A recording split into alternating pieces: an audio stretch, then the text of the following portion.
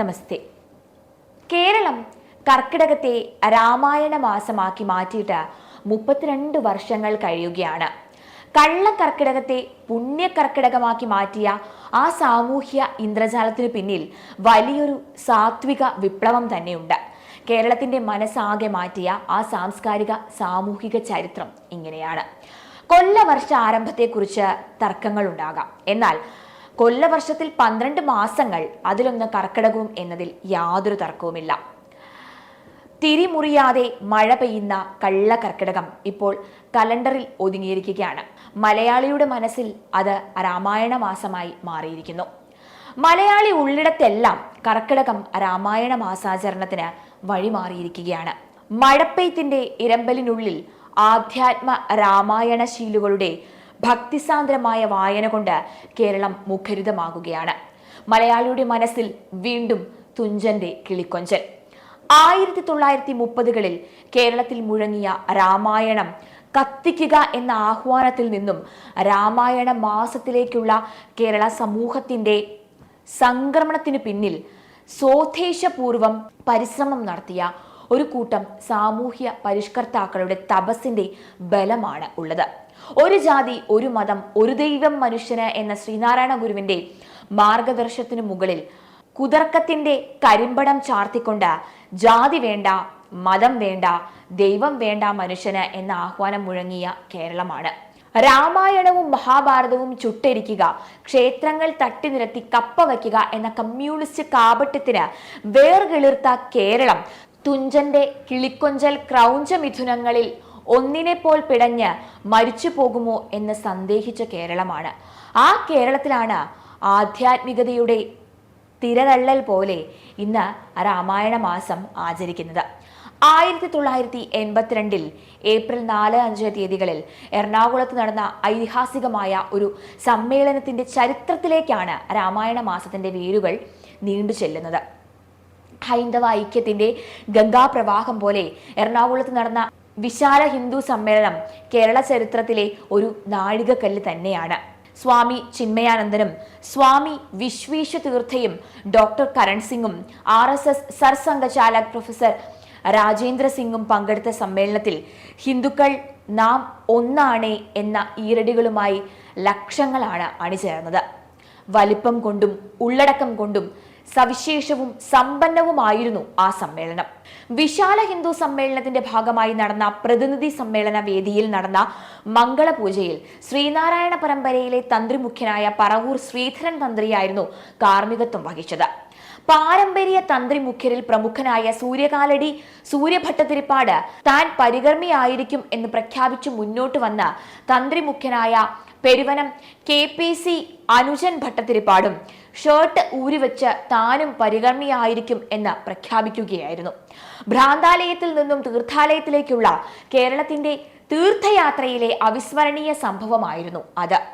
വിശാല ഹിന്ദു സമ്മേളനത്തിന്റെ സംഘാടക സമിതി തുടർന്ന് ഒരു സംഘടനയായി പ്രവർത്തിക്കാൻ തീരുമാനിക്കുകയും അങ്ങനെ ചെയ്തു.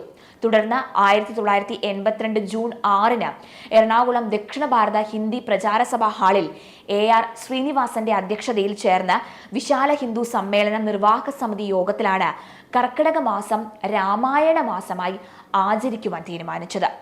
ശ്രീനാരായണ ഗുരുദേവൻ, ചട്ടമ്പി സ്വാമികൾ, മഹാത്മാ അയ്യങ്കാളി എന്നിവരുടെ ജയന്തി ദിനങ്ങൾ ആചാര്യ ത്രയം എന്ന രീതിയിൽ സമാഘോഷിക്കാനും അങ്ങനെ അവിടെ അന്ന് ആ യോഗം തീരുമാനിച്ചു. കത്തുന്ന നിലവിളക്കു വെട്ടത്തിൽ മുത്തശ്ശിമാർ ഒരു ചടങ്ങ് പോലെ വായിച്ചു തീർത്ത രാമായണം ഗ്രാമ നഗര ഭേദമന്യേ പൊതുവേദികളിൽ വായിക്കുവാൻ തുടങ്ങി. ക്ഷേത്ര സങ്കേതങ്ങളിൽ, പൊതുവേദികളിൽ രാമായണ വായനയ്ക്ക് അപ്പുറത്തേക്ക് രാമായണ ദർശനത്തിന്റെ ഗരിമ വിളംബരം ചെയ്യുന്ന വിദ്യൽ സദസ്സുകൾ ആരംഭിച്ചു. സെമിനാറുകളും വിചാര സദസ്സുകളും രാമായണ പ്രഭാഷണ പരമ്പരകളും അങ്ങനെ ആരംഭിച്ചു. കാലഹരണപ്പെടാത്ത ആചാര രീതികളെ കാലത്തിന്റെ മാറ്റത്തിനൊത്ത് പരിഷ്കരിച്ചുകൊണ്ട് കേരള സമൂഹം രാമായണ മാസാചരണത്തെ ഏറ്റുവാങ്ങി. എന്നാൽ എളുപ്പമായിരുന്നില്ല ഈ സംക്രമണ ദശ. രാമായണ മാസാചരണത്തെ എതിർക്കാൻ പതിവ് പോലെ കേരളത്തിലും ചിലരുണ്ടായി. മാർക്സിസ്റ്റ് പാർട്ടിയും പുരോഗമന കലാസാഹിത്യ സംഘവും രാമായണ മാസാചരണത്തെ ശക്തമായി എതിർത്തുകൊണ്ട് രംഗത്തു വന്നു. രാമായണമല്ല രാവായണനുമാണ് വേണ്ടത് എന്ന ആഹ്വാനവും ശ്രീരാമനെയും സീതയെയും രാമായണത്തെയും പുച്ഛിച്ചുകൊണ്ട് എഴുത്തും പ്രഭാഷണവും അരങ്ങേറി. തിരുനെല്ലൂർ കരുണാകരൻ മുതൽ EMS വരെ അണിനിരന്ന ഈ എതിർപ്പിന് കരുത്തായി CPM പാർട്ടി യന്ത്രവും പ്രവർത്തിച്ചു തുടങ്ങി. സുദീർഘമായ സംവാദങ്ങൾ, മറുപടികൾ കൊണ്ട് കേരളത്തിന്റെ വൈചാരിക രംഗം ചൂടുപിടിച്ചു. 1982 ജൂലൈ 25 തിരുവനന്തപുരത്ത് കേരള യൂണിവേഴ്സിറ്റി സ്റ്റുഡന്റ് സെന്ററിൽ ചേർന്ന പുരോഗമന കലാസാഹിത്യ സംഘം ജില്ലാ കമ്മിറ്റി സംഘടിപ്പിച്ച സാംസ്കാരിക സമ്മേളനം ഉദ്ഘാടനം ചെയ്തുകൊണ്ട് തിരുനെല്ലൂർ കരുണാകരൻ ഇങ്ങനെ പറഞ്ഞു: ശ്രീരാമൻ രാജ്യം ഭരിച്ചിരുന്ന രാമരാജ്യത്തിൽ ഒരു ശൂദ്രൻ തപസ് ചെയ്തു. വിവരമറിഞ്ഞ വിശ്വാമിത്രൻ ശൂദ്രൻ തപസ്സു ചെയ്യുന്നത് അധർമ്മമാണെന്ന് ശ്രീരാമനെ അറിയിച്ചു. രാമൻ ആ ശുദ്ധാത്മാവിന്റെ കഴുത്തു വെട്ടി. രാമരാജ്യം പുനഃസ്ഥാപിക്കാൻ ശ്രമിക്കുന്നവർക്കെതിരെ ജാഗ്രത പാലിക്കണം. EMS നമ്പൂതിരിപ്പാട് മാർക്സിസവും മലയാള സാഹിത്യവും എന്ന പുസ്തകത്തിൽ ഇങ്ങനെയാണ് എഴുതിയത്. ഈ കൃതികൾ, അതായത് രാമായണവും മഹാഭാരതവും, കേരള ജനതയുടെ പുരോഗതി തടസ്സപ്പെടുത്തുന്ന ഒരു വീക്ഷണഗതിയാണ് സാധാരണക്കാരുടെ മനസ്സിൽ ഉണർത്തിവിട്ടത് എന്ന് തീർച്ചയാണ്. രാമായണത്തിലും മഹാഭാരതത്തിലും ആവിഷ്കരിക്കപ്പെട്ടിട്ടുള്ള മതപരമായ വേലികെട്ടുകൾ തകർത്ത് മുന്നേറിയാൽ അല്ലാതെ കേരളീയ ജനതയ്ക്ക് സ്വയം പരിഷ്കരിക്കാനും മനുഷ്യ സമൂഹത്തിന്റെ പുതിയ നേട്ടങ്ങളുടെ അടിസ്ഥാനത്തിൽ തങ്ങളുടെ സാഹിത്യവും സംസ്കാരവും വികസിപ്പിച്ചെടുക്കാനും സാധ്യമല്ല. എന്നാൽ ഇത്തരം ദുർവാഖ്യാനങ്ങൾക്ക് മറുപടി പറഞ്ഞുകൊണ്ട് ഇതിഹാസ സമാനമായ വൈചാരിക മുന്നേറ്റമാണ് കേരളത്തിൽ നടന്നത്. P. പരമേശ്വർജിയും P. മാധവ്ജിയുടെയും നേതൃത്വത്തിൽ നടത്തിയ വൈചാരിക മഥനത്തിൽ രാവണപക്ഷം തോറ്റ് ഒടുങ്ങിയെന്ന് ചരിത്രം പറയുന്നു. കേരളം കർക്കിടകത്തെ രാമായണ മാസമാക്കി അങ്ങനെ മാറ്റി. കേവല ഒരു വായനയ്ക്കപ്പുറത്തേക്ക് രാമായണ ദർശനം ജീവിതത്തിന് വഴികാട്ടുന്ന തരത്തിലുള്ള ആഴമേറിയ ചർച്ചകൾക്ക് തുടക്കം കുറിച്ചത് അങ്ങനെയാണ്. ഒരു വർഷം കഴിയുമ്പോഴേക്കും EMS അടക്കം അടവ് മാറ്റി. രാമായണം പോലെയുള്ള ക്ലാസിക് കൃതികൾ ഇന്ത്യൻ ജനതയുടെ പൊതു സ്വത്താണെന്നും ഒരു കാര്യവിചാരണവുമില്ലാതെ മാർക്സിസ്റ്റ് വിമർശകർ വിമർശിച്ചത് പ്രാകൃതമായ മാർക്സിസമാണെന്നും നമ്പൂതിരിപ്പാട് ചുവടുമാറ്റി. രാമായണ മാസാചരണത്തെക്കുറിച്ച് ഭാരതീയ വിചാര കേന്ദ്രം ഡയറക്ടർ E. പരമേശ്വരൻ പറയുന്നു: കർക്കിടക മാസത്തിൽ രാമായണ വായന കേരളത്തിൽ പതിവുണ്ടായിരുന്നു. എന്നാൽ രാമായണ മാസാചരണം അതിന് സാമൂഹികമായ ഒരു മാനം നൽകി. രാമായണത്തെക്കുറിച്ചും അതിലെ കഥാപാത്രങ്ങളെക്കുറിച്ചും പ്രബുദ്ധമായ ചർച്ചകൾ നടന്നു. രാമായണം സമൂഹ ജീവിതത്തിന് ഉപയുക്തമായ രീതിയിൽ പ്രയോജനപ്പെടുത്തുക എന്നതാണ് മാസാചരണം ലക്ഷ്യം വച്ചത്. കേവലം ഒരു വായന മാത്രമല്ല, അത് ക്ഷേത്ര സങ്കേതങ്ങൾ മുതൽ സർവകലാശാലകൾ വരെ രാമായണ ചർച്ചകൾ നടക്കുകയാണ്. മാധ്യമങ്ങളിൽ രാമായണ മാസ ദിനാചരണങ്ങളുടെ വാർത്തകൾ കൊണ്ട് നിറയുന്നു. കള്ളക്കർക്കിടകം രാമായണ മാസാചരണത്തിന് വഴിമാറിയത് സ്വോദ്ദേശപൂർണമായ ഒരു പ്രയത്നത്തിന്റെ ഫലം ആയിരുന്നു. കേരളത്തെ പുനഃസൃഷ്ടിക്കാനുള്ള മഹാപ്രയത്നത്തിലെ ചെറുതല്ലാത്ത ഒരു ചുവടുവെപ്പ്. ആ ചരിത്ര മുഹൂർത്തത്തെ ശ്രീ പരമേശ്വരൻ ഓർമ്മപ്പെടുത്തുകയാണ്.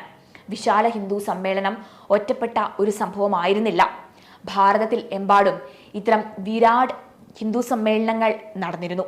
അതിന്റെ ഭാഗമായാണ് കൊച്ചിയിലും അങ്ങനെയൊരു വിശാല ഹിന്ദു സമ്മേളനം നടന്നത്. ഡോക്ടർ കരൺ സിംഗ് ആയിരുന്നു അന്ന് മുഖ്യ അതിഥിയായി പങ്കെടുത്തത്. MKK Nair, Madhavji, K. ഭാസ്കർ റാവുജി എന്നിവരൊക്കെയായിരുന്നു അതിന്റെ മുഖ്യ ആസൂത്രകരായി ഉണ്ടായിരുന്നത്. പുരോഗമന കലാസാഹിത്യ സംഘം രാമായണവും ഭാരതവും ചുട്ടരിക്കണമെന്ന ആഹ്വാനം മുഴക്കിയ കാലമായിരുന്നു അത്.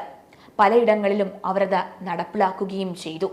നമ്മുടെ പൈതൃകത്തെ നശിപ്പിക്കാനുള്ള നീക്കമായാണ് അങ്ങനെ അതിനെ കണ്ടത്. ഈ സാഹചര്യത്തിലാണ് രാമായണ മാസാചരണം വ്യാപകമായി നടത്തണമെന്ന ചിന്ത ഉടലെടുത്തത്. വിശാല ഹിന്ദു സമ്മേളനത്തിന്റെ കൊച്ചി യോഗത്തിൽ വെച്ച് അത്തരമൊരു പ്രമേയം അംഗീകരിക്കുകയും ചെയ്തു. വീടുകളിൽ ഒറ്റപ്പെട്ട നിലയിൽ ഒരു രാമായണ വായന നടന്നു വന്നിരുന്നതാണ്. എന്നാൽ ഊർജ്ജസ്വലമായ ഒരു രീതിയിൽ തന്നെ ഒന്നും തന്നെ അത് നടന്നിരുന്നില്ല. കേവലം ഒരു രാമായണ പാരായണം മാത്രമായിരുന്നില്ല രാമായണ മാസാചരണം ലക്ഷ്യം വച്ചിരുന്നത്. രാമായണത്തിന്റെ പ്രസക്തിയും പ്രാധാന്യവും വിശദമാക്കുന്ന വിചാരസഭകളും ഭാഷണങ്ങളും എല്ലാം അതിൽ ആരംഭിച്ചു. അത് പാരായണം മാത്രമായി ഒതുങ്ങി പോവുകയാണ്. വീടുകളിലും ക്ഷേത്രങ്ങളിലും രാമായണ പാരായണം ഇപ്പോൾ നടക്കുന്നുണ്ട്. എന്നാൽ രാമായണത്തിന്റെ പ്രാധാന്യവും പ്രസക്തിയും സമൂഹത്തെ ബോധ്യപ്പെടുത്തുന്ന പരിപാടികൾ പൊതുവെ കുറവാണ് എന്ന് തന്നെ വേണം പറയാൻ.